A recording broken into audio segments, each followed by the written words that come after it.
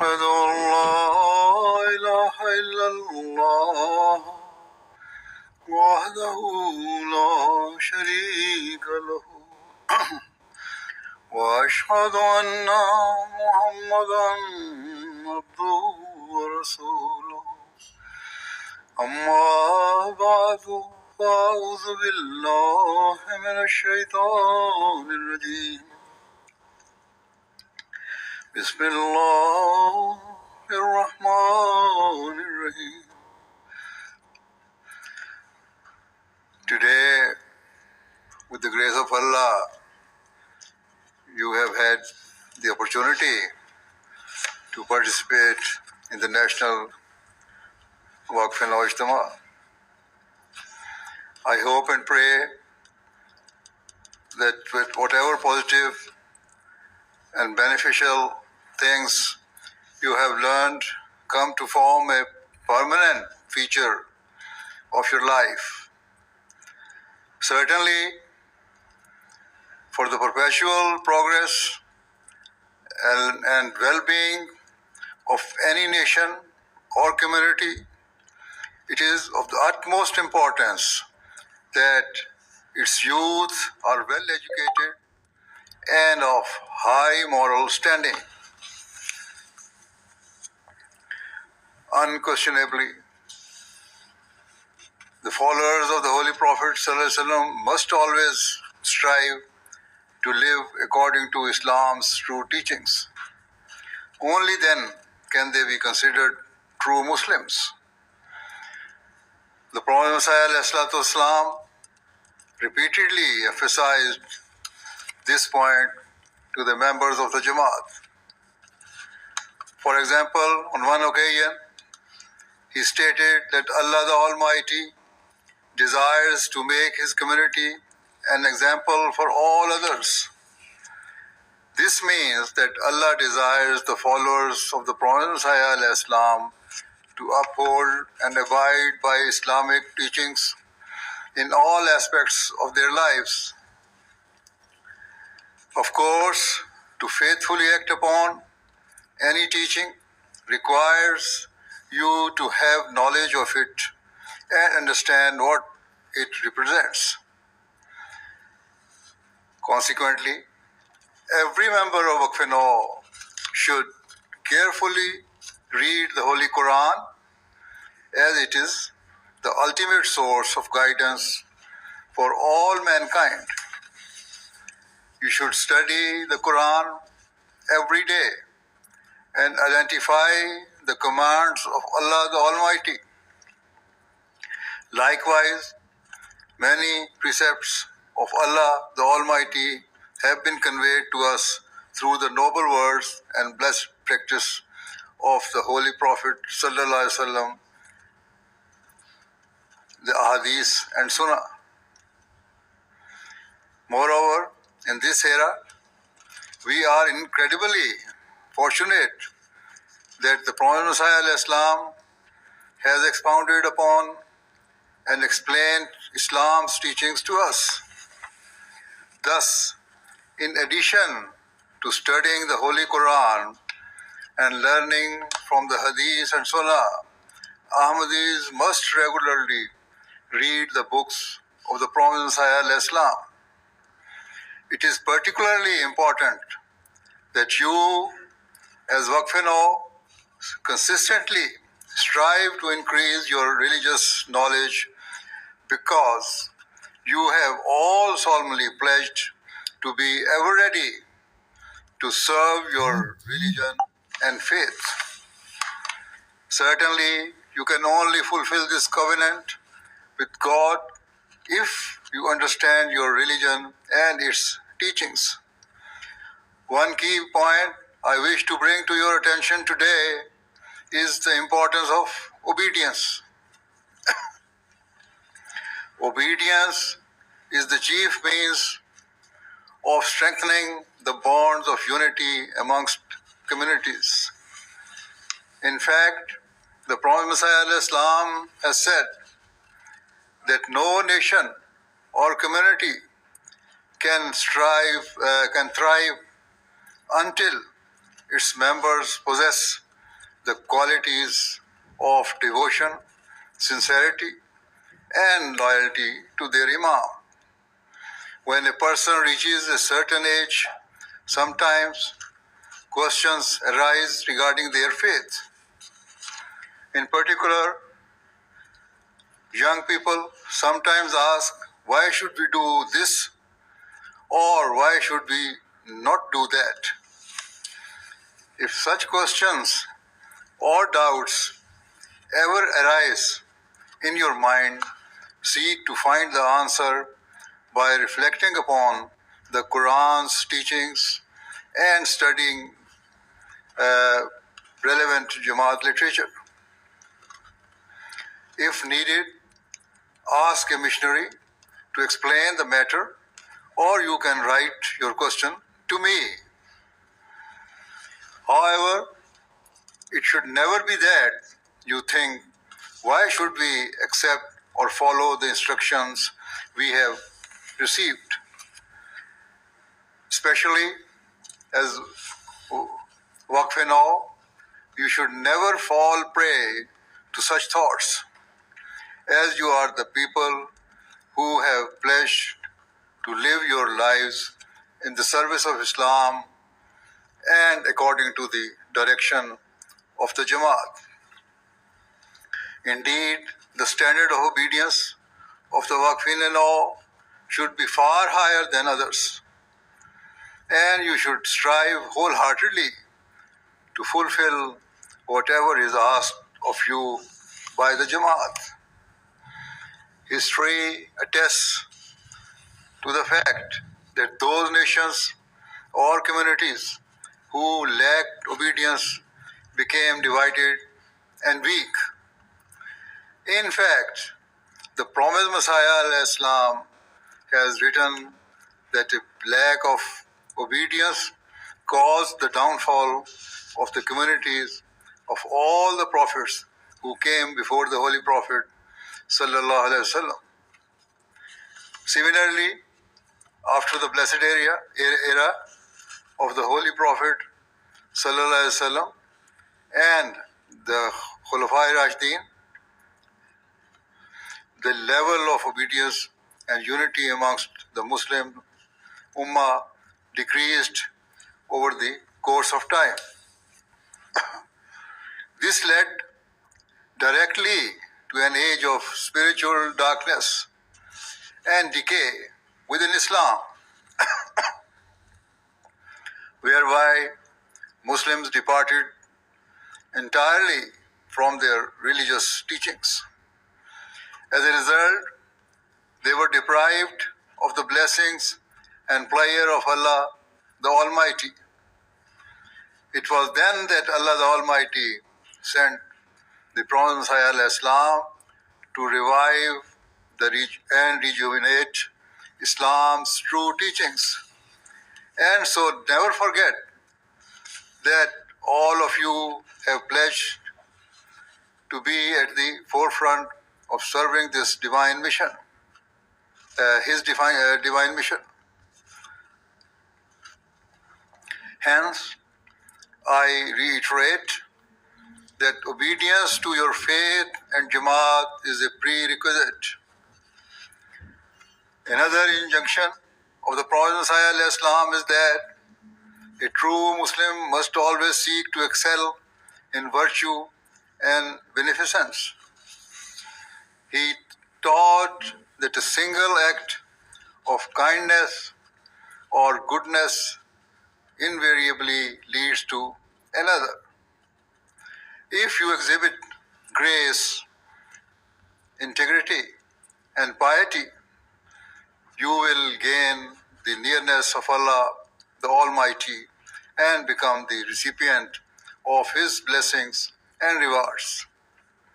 Thus, as a Waqf-E-Nau, always seek to excel in goodness and ensure your act is well-intentioned, kind, and virtuous. You may wonder what conduct and acts are considered good by Islam.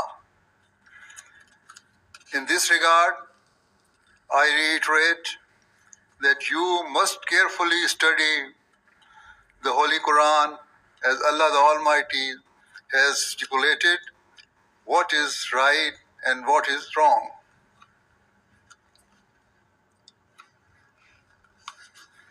Indeed, at one place, the Prophet ﷺ stated that there are approximately 700 commands of Allah the Almighty given in the Holy Quran.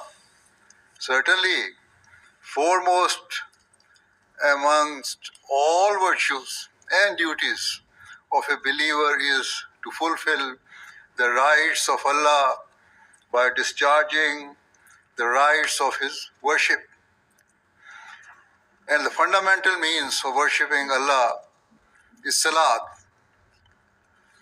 As Muslims, we must offer every namaz with deep concentration in a pure state of humility and with the utmost respect and etiquette. If we pray in this way, we will naturally draw closer to God and form a strong and lasting bond with Him.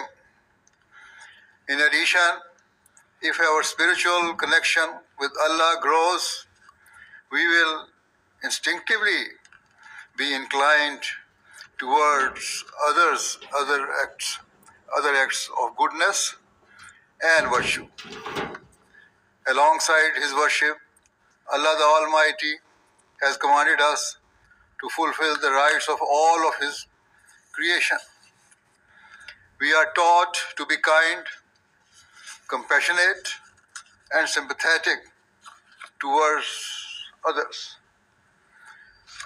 Though there are some younger children here, most of you sitting before me have reached an age of understanding and relative maturity. Indeed, many of you are now khudam and have families of your own. As a result, you no longer have the excuse of youthful ignorance, and nor do you have time to waste. Instead, you must recognize that now is the time to stand up and discharge the sacred vow initially made before your birth and which you have since independently renewed. Now is the time for you to prioritize serving your faith above and beyond everything else.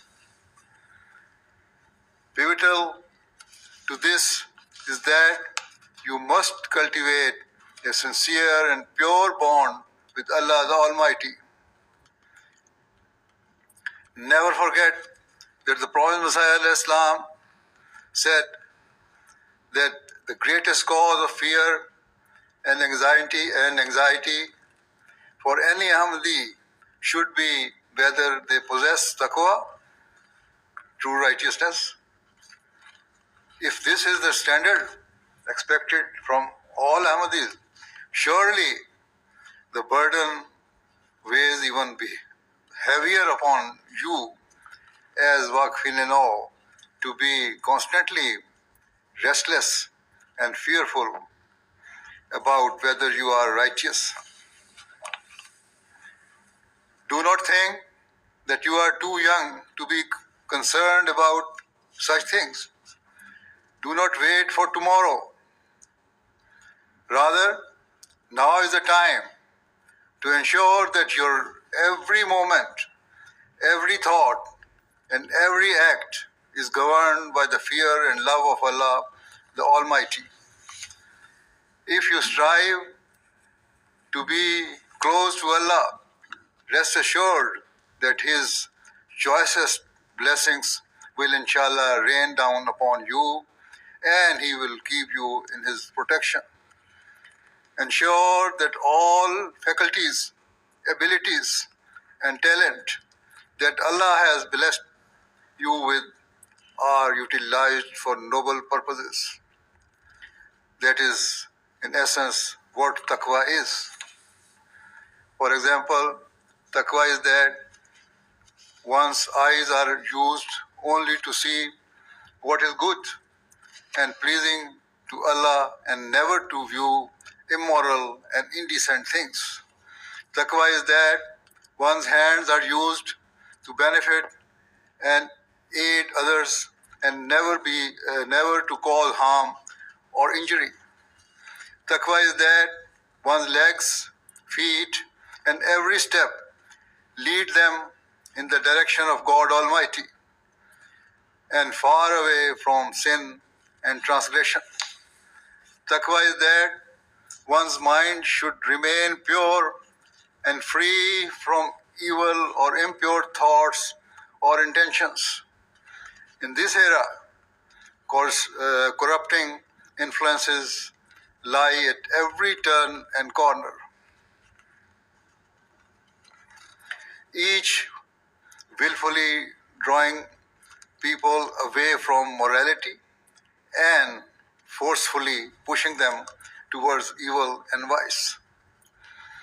In particular, extremely harmful, indecent, and violent content proliferates the internet and social media. Similarly, incredibly immoral and toxic content is also widespread on streaming services, online gaming, and television. As a result, we see distressing stories in the news of children or young people whose lives have been destroyed due to their online activity and exposure to horrific content. So every Ahmadi, and especially the Waqf-E-Nau, must be aware of the risks.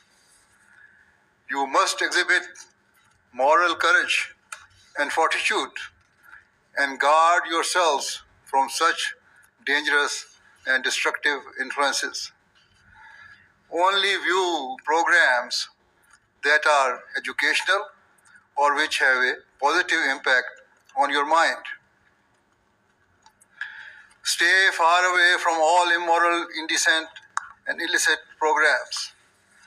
Otherwise, be in no doubt that consuming vile content will profoundly damage you and your personality. It will drive you away from righteousness. It will push you away from your faith. And it will prevent you from fulfilling your pledge as a Waqf-E-Nau. So take time each day to self-reflect and analyze your conduct. As you have here today, it should be your firm intention to identify the commands of Allah the Almighty and to act upon them with sincerity and devotion.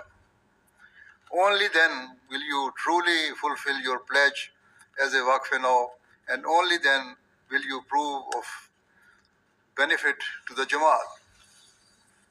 In fact, Waqf-E-Nau often asked me that how can we benefit the Jamaat? The simple answer is, you must act upon Allah's commands. Fulfill the rights of His worship, serve His creation, and save yourself from all forms of immorality and impropriety. Furthermore, if you are a student, you must fully engage with your studies and make every effort to excel and attain the highest possible level of education. Indeed, the distinguishing feature of a Waqf-E-Nau ought to be that they excel in their studies and chosen fields. It is not enough just to have targets or goals, but you must strive to achieve them. Whilst it is not essential that every Waqf-E-Nau will directly come into the service of the Jamaat full time. It is necessary that every Waqf-E-Nau strive to attain excellence and distinction in their education. Further, if you are instructed or permitted to work externally, you should pursue those professions that will enable you to draw closer to Allah the Almighty and be a means of serving humanity and benefit to the world, where hard work and professional success will personally benefit you. It will also open up many opportunities for tabligh and enable you to present the immaculate teachings of Islam to people within your circles of influence. And so, with these words, I pray that Allah the Almighty enables all of you to forever uphold, defend, and act upon the true teachings of Islam. May you recognize the true status and value of the teachings of the Holy Quran and live your lives in an exemplary fashion and excel in all good works. May you always be a source of pride for your Jamaat and of outstanding benefit to your society and nation. May you protect yourselves from the dark shadows of materialism, vice, and godlessness that have taken root in the world. And may you take refuge under the eternal shade of the teachings of the Holy Quran and the Holy Prophet of Islam, sallallahu alaihi wasallam. May Allah the Almighty grant you the ability to do so. Ameen. Now join me in dua.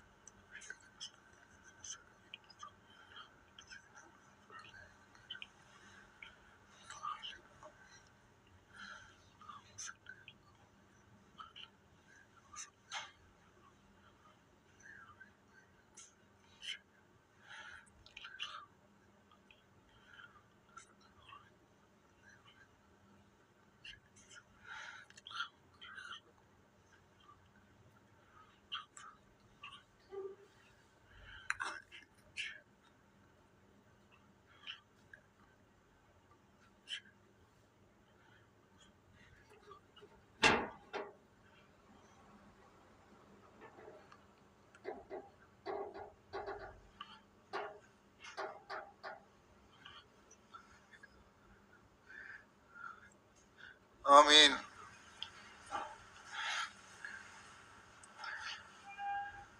Assalamu alaikum wa rahmatullahi wa barakatuh.